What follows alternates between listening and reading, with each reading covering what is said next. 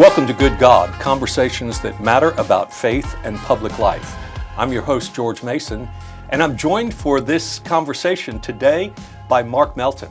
Mark is a lawyer in Dallas, and he is the head of a nonprofit organization as well called the Dallas Eviction Advocacy Center. And he does tremendous work. And Mark, we're really glad to welcome you.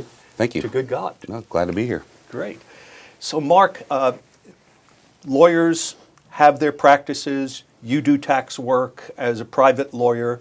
But this whole work of defending people who are renters and who are in danger of getting evicted, how did this fall into your lap, and how did you find your way with this and your calling about it?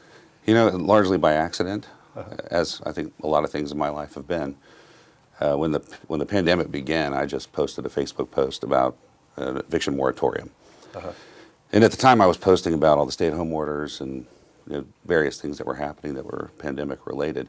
But that eviction moratorium post went viral, and before I knew it, I was taking phone calls and emails and social media messages about, I was just told I can't go to work tomorrow, but my rent's still due in 2 weeks. What am I supposed to do? And does this protect me? The problem was I knew nothing about eviction law. And so I was sitting there for 20 hours a day trying to research these questions in real time so I could answer all the questions and get back to people that were reaching out. And after about a week, my wife looked at me and said, it's okay to ask for help. And so I thought that was a pretty good idea. She has lots of good ideas. And so I did that. I just put the bat signal out on the internet and said, dear lawyers, here's what I'm seeing and this is what I'm doing. Anybody want to help me? And so over the next 10 months, we recruited about 250 lawyers, and we helped about 6,500 families navigate pandemic-era evictions. So, and at that point, it was just kind of an ad hoc volunteer program that we were running. But we had been in enough courts and seen enough situations where I really started to realize how broken this whole system is. And so, I grew up with these notions of the rule of law and constitutional rights, and that we're a society that, values these things, and that's what makes it work. And what I discovered over the course of that year, that is a myth. It's all made up. The rule of law is meaningless. The Constitution is meaningless. It's just words on a page. So the Constitution doesn't stand up and fight for you. It just sits there. And unless somebody who knows how to wield that power gets up and does it, you're kind of at a loss. So at that point, we shifted to a full-time staff model, started a 501c3 called the Dallas Eviction Advocacy Center, and ever since have been kind of growing and representing more and more tenants as we've moved along. Today, we've got 25 full-time employees, and in 2024, we represented about 5,200 tenants in full eviction trials. So let's get very basic for our audience about evictions. What happens? So it seems to me that, when most people rent an apartment, they have to put down a deposit and generally a first and last month's rent. And so when the time comes for a landlord to say, for whatever reason, they want to evict you, and we can talk about what those might be, they already have money, it seems to me, that they have accumulated on the front end to pay for this transition and allow them a period of time to go. Isn't that enough? Depends on who you ask. The deposit is not supposed to be used for rent, right? It's a deposit, and so you kind of exclude that. You should, in theory, get it back at the end. I think most people that have rented apartments know how that goes. Yes. The first and last month rent, same thing. It's supposed to be for the last month. So if you get to month 2 and you haven't paid, you're in default. Okay. And so, and you can see it from the landlord's perspective if you're missing 1 month, and now I've got to use this money that's supposed to be cushion to cover you what's going to happen the next month. Right. And so people start to get concerned and move forward with the evictions, which I have no inherent objection to the idea of eviction in a society where the housing is provided by private parties. And so, people should be paid for the use of their property. I don't disagree with that philosophically. But the way that we go about the process of doing the evictions is oftentimes chaotic and wrong. Well, there's notification required, right, and a period of time, and often that notification is not given. It is, and even when it is given, it's not a long period of time. Okay. So for most apartments in Texas, it's only a 24-hour notice. Oh, okay. So the landlord gives you a notice, says get out within 24 hours, and that scares people because they think, this looks like a legal document, I actually have to leave in 24 hours, what am I supposed to do?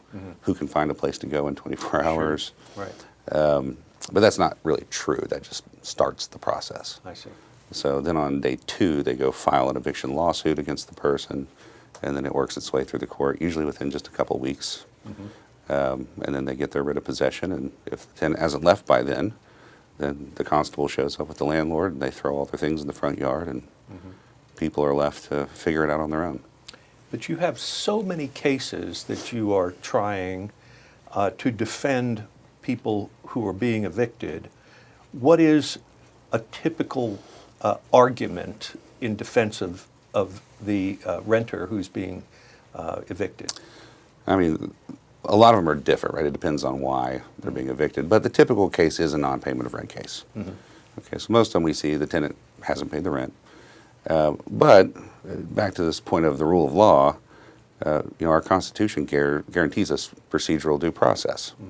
And so the state of Texas has set up this process that a landlord must follow in order to evict, because this is a pretty serious remedy, right? We're not talking about a speeding ticket and a $20 fine. We're creating homelessness is what we're really doing. That's exactly right. And so you want procedural guardrails to make sure that that process is done correctly.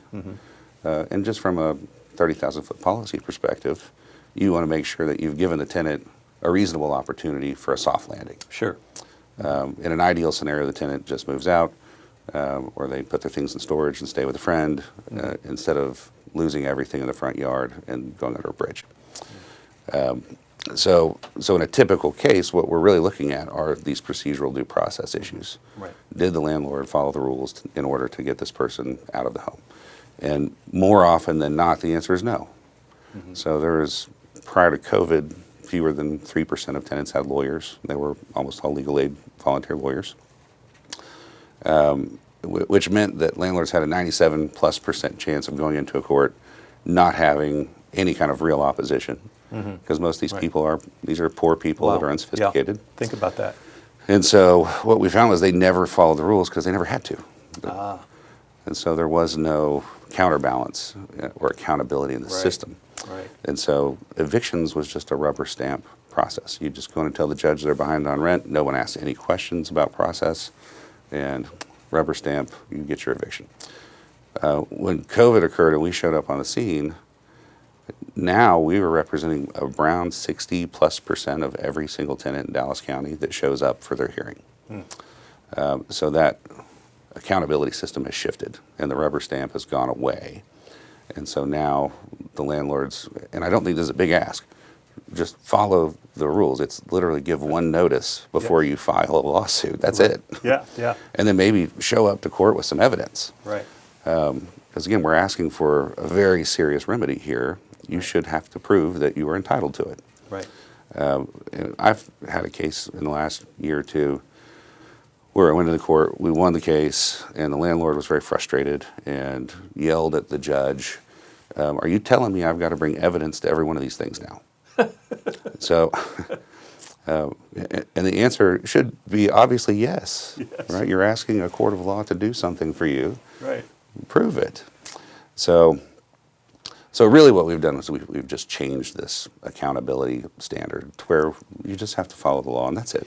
Okay, so now that that's happened and you are representing thousands of people in their suits with their landlords, the Texas legislature is at work with House Bill 32 and Senate Bill 38, which, as I understand it, is essentially the landlord saying, we don't want to have to go through this process. We right. want to fast track this and not have to have the burden of evidence and all of these sorts of things. Can you describe what's happening there now?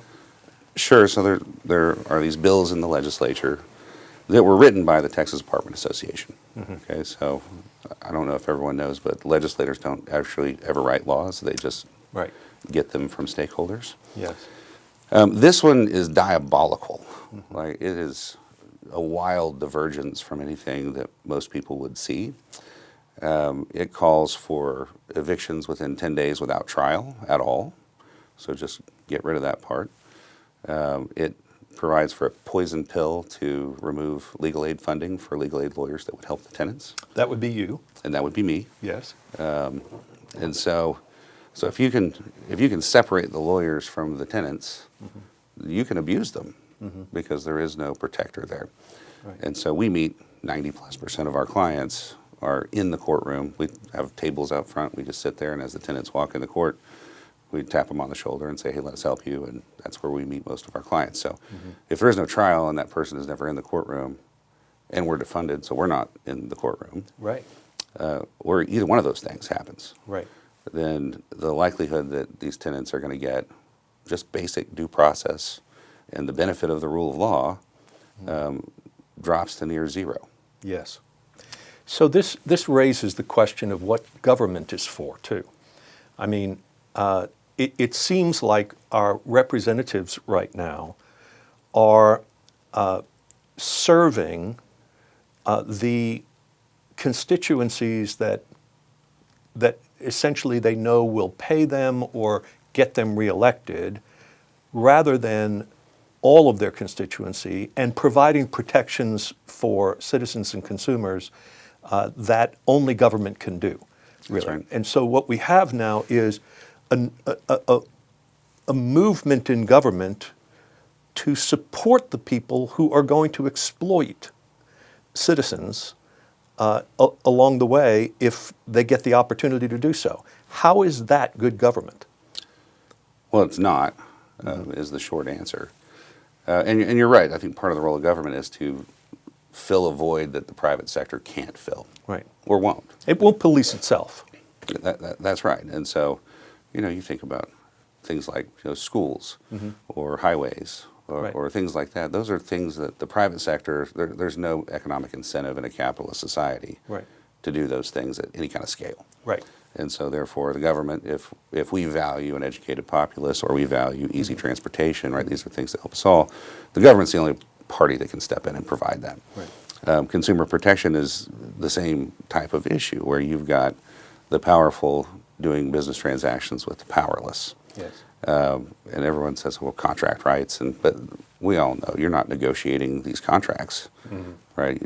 Who got to mark up their cell phone contract recently, right? Exactly right. Yeah. And it's the same with housing and leases, right? As a society, we have, at least we should, and I think most of us don't want to see homeless people on the streets for different reasons, maybe. But we don't want that. We want people to be stably housed. We want them to be productive citizens in the society. But they're not getting to negotiate these leases. Well, okay, so let's take a macro view of this also as to why we're here. Why can't people pay their rent? And this is also a factor, right? So we have a minimum wage that hasn't gone up in decades, $7.25, and we have a tremendous shortage of low-income housing and of affordable housing. And so, poverty itself is creating the pressure on these factors. It's like anywhere you touch in the spider web, it affects everything else, right? That's right. So a lot of what we have to figure out is what kind of community do we really want, and how will we make it possible for everyone to flourish? And right now, the pressure that we're talking about in housing is being caused largely by this problem of poverty. I mean, there's a lot of causes for this. I mean, part of the problem is, as you know, there's not enough supply, right? So this is basic economics. You don't have enough supply, the price goes up. Just in Dallas, rents, and a lot of people think of the rental market as this monolith. It's really, there's different rental markets, right? There's a rental market for wealthier people. Yes. And then as you go down in each strata of the socioeconomic chain, it's a completely different market. Right. Right? You and I are not shopping for apartments at $1,200 an hour or $1,200 a month. Right. In parts of town that we probably wouldn't want to live. Right. And if you focus just on those low-income parts of town and the supply there, there's a severe shortage. So, I mean, just in Dallas, we're short, I think it was somewhere between 40 and 60,000 units that we are undersupplied. And so, and part of the issue was over the course of COVID, rents have gone up in that strata by about 40%. So people's incomes did not go up, but the cost of living went up, and it wasn't just housing, right? It was gasoline and eggs. Did the cost of low-income housing go up partly because of the government giving money out during COVID and it being more available? Yeah. So during COVID, we primed the economy by throwing $8 trillion into it. Right. So the money supply went way up, and what happens when you put more cash into the system is, even at the bottom of the system, which is what we did a lot, right? We gave rent assistance and stimulus to poor people, which bailed them out, which was good. And then they got to spend that money, which bailed out the landlords and other businesses. But eventually that money makes its way back to the top of the pyramid, to the people that are wealthy that don't need to further spend it on. And so what happened was you had all of this cash, trillions of dollars accumulating at the top of the pyramid with nowhere to go. And wealthy people don't just sit on cash, they invest it. And so with all this cash, all those dollars were competing for things to invest in. And one of the things that they all invested in was multifamily real estate. And so you had pricing on apartment complexes getting bid up just because there was too much cash. Yes. And so, we saw apartment complexes that had sold for $30 or $40 million in 2019 sell again in 2022 for double that. And so if you are buying something for $80 million that was previously $40, the rent's got to go up. the rent's got to go up to get the same return on investment. And Right. so this was the primary cause of inflation in the rental market. Right. Well, and it's extremely expensive to build low-income and affordable housing. And there's no real incentive for most real estate developers to do so, because at times, there are rules where they need to provide a certain amount of affordable housing within their project, but there's a limit to what they can do in order to get the return on investment that makes it worth them being able to do that. So where does that money come from to address this need? Well, it seems to me the only other place it comes from is taxpayers. And we keep reducing our tax base and wanting to cut taxes when we have to invest in the things that are causing the bottleneck of problems in our communities. Yeah, there are so many issues in the statement you just made to address. Just like highways and schools, low-income housing is something that the private markets cannot do efficiently. Right. And so therefore it is within the scope of government to step in and provide that. Otherwise you're going to have a whole bunch of homeless people because no one's building houses for them. Yes. So where does that money come from? Well, it's got to come from the government. Right now we've got so many issues with getting what money we do have into the hands of the developers to be able to build this property that no one wants to do it. I mean, not only do you have to apply for these low-income housing tax credits and then win them, they're not automatic. You now have to go deal with zoning issues in the cities. There is a NIMBYism issue that you've got to deal with where you're NIMBY not in my backyard. That's exactly where you want to go propose, I'm going to build a low or moderate income apartment complex, and everyone that lives around it goes, absolutely not. Yes. Not here. We don't want those poor people. I heard one guy in North Dallas on a recorded call, say, I don't want to share my neighborhood with poor people. And this is the mentality. So it's very difficult, even if you can finance the project, to actually get it done. Right. And a lot of those projects, you build 100 units and maybe 5 of them are low income. Exactly. It's not like the whole building. So we're adding to our low income housing stock at a very slow rate. Yes. And I'm afraid the only real solution is, the housing authorities are going to need to be funded with a lot of money, and they're just going to have to go build them themselves and make it happen. I don't see another solution. Well, in the meantime, the possibility of the Dallas Eviction Advocacy Center losing the legal aid money that you have been receiving from the county is very possible. I mean, and so if we want to see this continue, then we need to contact our legislators to begin with to defeat these bills, and we also need to figure out how to support you. So where do people go to get to your website and figure out how to donate if they want to too? So our website is www.dallaseac.org. And calling your legislators, your state reps, and your state senators to oppose House Bill 32 and Senate Bill 38 is extremely important because they do, or at least they are somewhat influenced by their constituents. Right.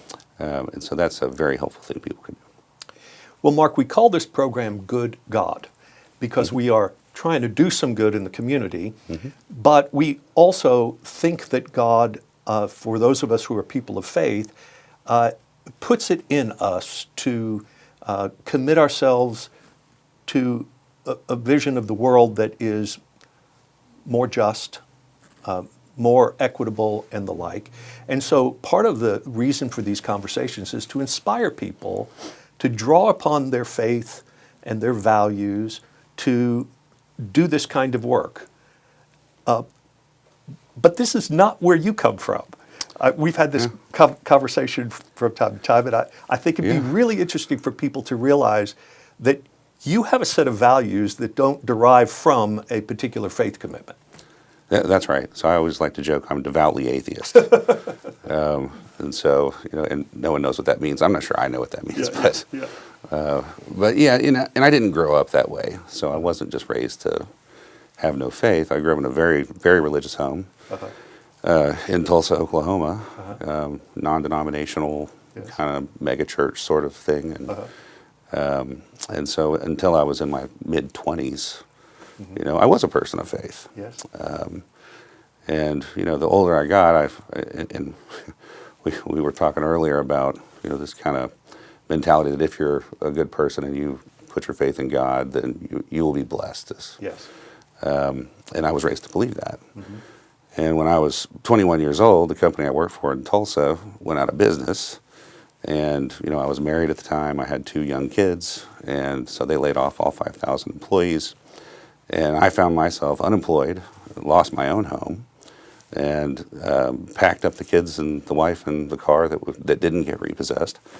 And we just drove to Dallas one day, kind of sight unseen. No place to live, no job, no plan, no nothing. And I found myself thinking, what was the series of horrible decisions that I made to get here? Because I worked hard every day. Yes. I thought I was a smart person. I had a good work ethic. I had faith, and yet here I was with nothing. At the bottom of the barrel, living in a 450 square foot apartment in Vickery Meadows. My 3-month-old son lived in the coat closet in the hallway, and so it was tough times. And so it made me question a lot of things. And so, and I remember I pulled out my Bible and I read it cover to cover over the course of a few days. And I was really struggling, and I got to the end and I just thought to myself, well, that's nonsense. Like, I don't really believe that. I was raised to believe it, and I wanted to. And over the course of a few years, it was emotionally stressful. And I called every priest and rabbi and imam and anyone in the religious leadership community that I could get a hold of and begged them, like, convince me that what I grew up believing is true, and what I, if I'm honest with myself, really believe right now is not. And through those conversations, no one could convince me of anything. And so, and it took 5 or 10 years before I was even comfortable saying to myself, I am an atheist. That was a very hard thing to get to. But, I got over it. Well, you got over it, but you didn't get over the concern that many of us who are motivated by faith engage in the world about. And you know, I find at times that, you know, while you and I do not share the same kinds of convictions about faith, nonetheless we find ourselves aligned on how we should live our lives and how we should, you know, imagine a world that we can work toward. No, I think that's true, and my explanation of that is that, you know, faith is not inherently good. It's also not inherently bad. And you have people of faith that are good people, and you have people of faith that are bad people. Just like you have atheists that are good people and atheists that are bad people. There's little to no correlation between good and bad in faith and atheism. And so, you know, you could cite just as many examples where faith has been used for some pretty severely evil purposes. Yes. So I don't fault anyone for, you know, relying on their own faith as a reason to do something good. I don't think it matters. You know, I've always thought if you really need the idea of a deity that is going to punish you if you don't do good things, how good are you? Like, I don't feel like I'm under threat to make decisions about, you know, my moral compass. I do it because I feel empathy for the people around me, and I want to help them. And that doesn't come from a place of, you know, a reward in the afterlife or, you know, trying to do the good work because God wants me to. And I know a lot of people of faith that live their lives and never do anything good for anybody. So, Well, whatever the motivation, the call to act on behalf of humanity and for what is good and just is something we should all share. And I would hope that our audience would celebrate the fact that even though we are coming from a faith perspective in our organization and on this podcast, we can honor and celebrate differences of belief or unbelief and find ways to work together with respect and dignity at the same time. And Mark, you are an example of that, and we are truly grateful for what you do in our community, and bless you for it. thank you. Appreciate that. Thank you for being on Good God. Happy. Terrific. All right, thank you. You bet.